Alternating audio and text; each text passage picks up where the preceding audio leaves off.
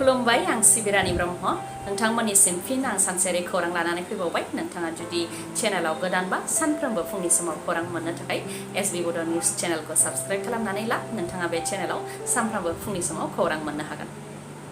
डक्टरनो दिन्थियालासे फार्मासिनिफ्राय मुलि जानाया बेसेबां गिथावना आरो गाज्रि जानो हागौ बेनि मोनसे बिदिन्थि। फार्मासिनिफ्राय होनाय गोरोन्थि मुलि आरो सम बारग'लांनाय मुलि होनायनि थाखाय सासे आइजोआ गावनि जिउखौ खोमानो गोनां जादों। बे जाथाया आसामनि कलियाबर ओनसोलाव जादों।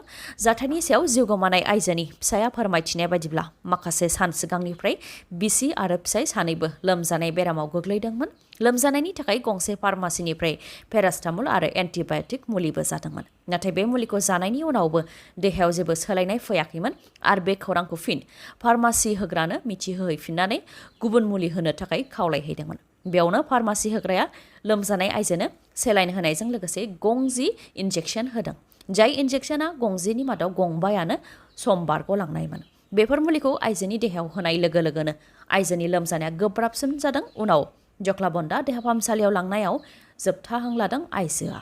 जाथाय जानायनि उनाव पुलिसआ आइजोनि न'आव फैनानै नायबिजिरनाय हाबाखौ मावफैदों। बेयावनो गोरोन्थि आरो सम बारग'लांनाय मुलि बाहायनायखौ हमनो मोनफैदों।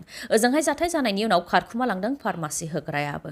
जाथायखौ लानानै दायनिगिरिनि हेंथा एफआइआर होनाय जाबाय होननानै फोरमायथिदों थैनाय आइजोनि फिसाया।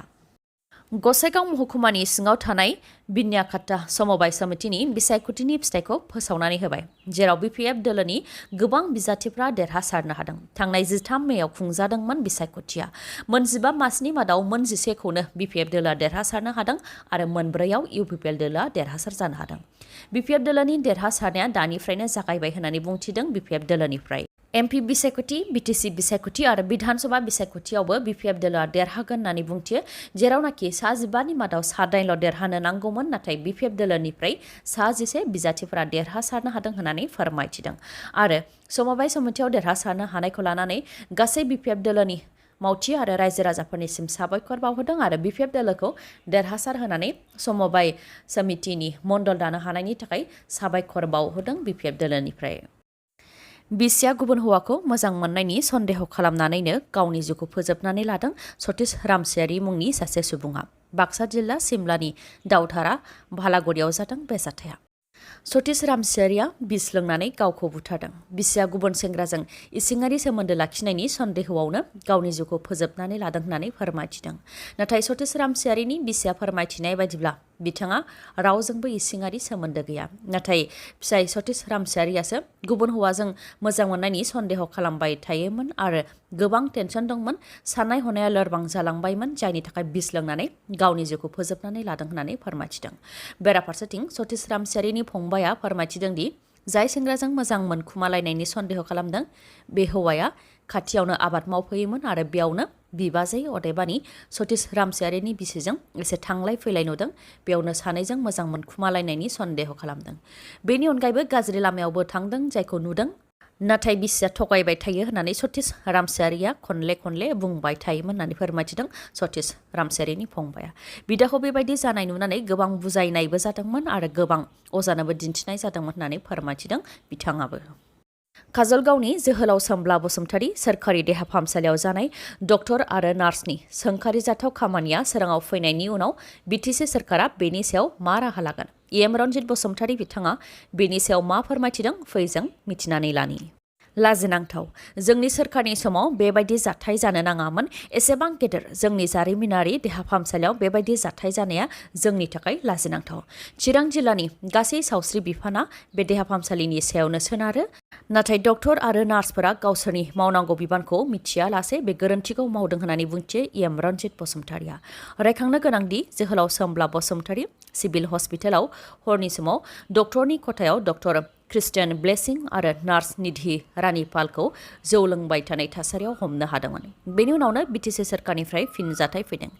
रन्जित बसुमतारी बिथाङा बुंथिदों दि दायनिगिरिफोरनि हेंथा राहा लानो थाखाय देहा फाहामसालिनि एडमिनिस्ट्रेसनजों सावरायनाय जादों आरो दायनिगिरिनि हेंथा राहा लानो थाखायबो देहा फाहामसालिनि एडमिनिस्ट्रेसना खोथा होदों आरो दायनिगिरिफ्रा आयेन बायदि साजा मोनगोन होननानै बुंथिदों रन्जित बसुमतारीया। लोगोसे जाथायनि सोमोन्दै सावरायलायनानै मिथिनो मोननायनि उनाव रन्जित बसुमतारीया फोरमायथिदों दि डक्टर दिपेन कलिता आरो सिस्टार निधि रानीपाल बिथांमोननिया डिउटि गैयामोन अब्लाबो बिथांमोनहा देहा फाहामसालियाव फैदोंमोन। बेनि उनाव डक्टर क्रिस्टियान ब्लेसिं फैदों। बेनि उनाव गावसोरनि गेजेराव सावरायलायनानै जौ बायनानै लाबोदों आरो देहा फाहामसालिनि सिङाव जौ लोंदों।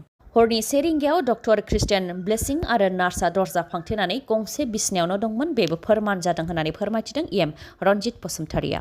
जाथायखौ लानानै डिपार्टमेन्टेल एक्शन लानो थाखायबो इनकुवेरि कमिटिबो बानायनाय जाबाय होननानै फोरमायथिदों हस्पिटालनि एडमिनिस्ट्रेसना। लोगोसे सानै डक्टरजों लोगोसे सिस्टारखौबो सासपेन्ड खालामनाय जागोन होननानै फोरमायथिदों एडमिनिस्ट्रेसननिफ्राय। गामिनिफ्राय लानानै गेदेर गेदेर नोगोरसिमबो सोलियो दाउ ब्रयलारनि फालांगिया। खम बेसेनाव मोननायनि थाखाय गोबां सुबुंफोरानो दाउ ब्रयलारखौ बायनानै जायो। नाथाय सोनाब बंगनिफ्राय आसाम फारसे लांनाय दाउ ब्रयलारखौ बन्द खालामनायनि उनाव दाउ ब्रयलारनि बेसेना आसामाव गोबां बांदों। माखासे जायगाफ्राव 2 गुनबो बांदों दाउ ब्रयलारनि बेसेना। सोनाब बंगआव दाउ बेराम जादों होननानै आसाम सरकारा फोसावदों आरो दाउनि बेराम जानायनि थाखायनो सोनाब बंगनिफ्राय आसाम फारसे लांहोआखै दाउ ब्रयलारखौ। सिखावै लांखुमानो नाजानाय दाउ ब्रयलारनि गारिखौ हमनो मोनोब्ला गोथौ गोथौ हाखर जावनानैबो दाउ ब्रयलारखौ फबनाय जादों। सानसे सिगांबो गसाइगाव प्रशासना गंथाम गारियाव आबुं जानाय दाउ ब्रयलारखौ हमनो हादोंमोन। बेनि उनाव गोथौ हाखर जावनानै दाउखौ फबनानै दोनदों। नाथाय थारैनो दाउ ब्रयलारा बेराम जामारदोंना? रिपर्टनि बायदिब्ला माखासे सुबुंफोरा श्रीरामपुराव सिन्डिकेट खालामो आरो बे सिन्डिकेट खालामनायनि गाहाया हाफिजुल इस्लाम आरो हाफिजुल इस्लामनि दैदेननायाव जानाय सिन्डिकेटआ गोजौआव नांगौबायदि रां दैथायहरनो हायैनि थाखायनो सोनाब बंगनिफ्राय फैनाय ब्रयलार दाउखौ श्रीरामपुराव लाखिनाय जादों। नाथाय बे खोथाया बेसेबां सैथो बेनि सायावबो रोखायै बुंनो हाया। सोनाब बंगनि ब्रयलार दाउआ बेराम जानाय खौराङा बेसेबां सैथो बेखौ मिथिनो थाखाय आसामनि खौरांगिरिफ्रा सोनाब बंगआवबो फैनानै खौरां लाफैदों। नाथाय गैया, दाउ ब्रयलारनि बेरामनि मुंखौनो खोनायाखै दाउ ब्रयलार फालांगिरिफोरजों लोगोसे बायग्राफोराबो।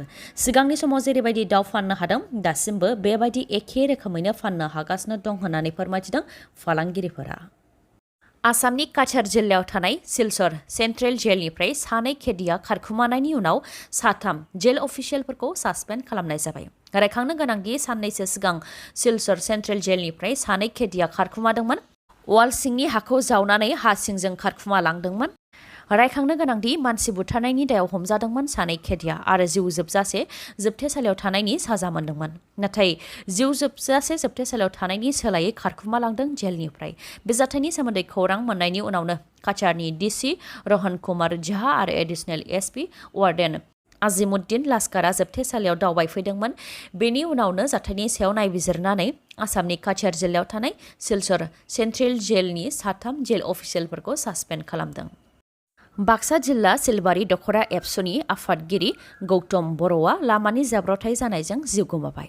एसएसएलसी आनजाद होग्रा फरायसाफोरजों सावरायनाय हाबाफारि लानानै बिथाङा गावनि न' फारसे फैबाय थानाय समावनो लामानि जाब्रबथाय जादों, जायजों बिथाङा जायगायावनो जिउ खोमानो गोनां जादों। बिथां गौतम बर'आ बाक्सा जिल्लानि सिमलानि कारहाना भालुकदङा गामिनि थागिबिमोन आरो बिथाङा 2016निफ्राय 17 मायथाइसिमाव सिलबारि दख'रा एबसुनि लोगो गाहाय नेहाथारि आरो 2018निफ्राय 2020 मायथाइसिम गाहाय नेहाथारि महरै बिबानखौ रुजुनदोंमोन। बेनि अनगायैबो बिथाङा शंकरदेव हाई स्कुल, बडोलेण्ड भेलि, हाजुवानि केसि जुनियर कलेज आरो तामुलपुर डिग्री कलेजाव फोरोंगिरि महरैबो फोरोंनायनि हाबाखौ मावबोदोंमोन।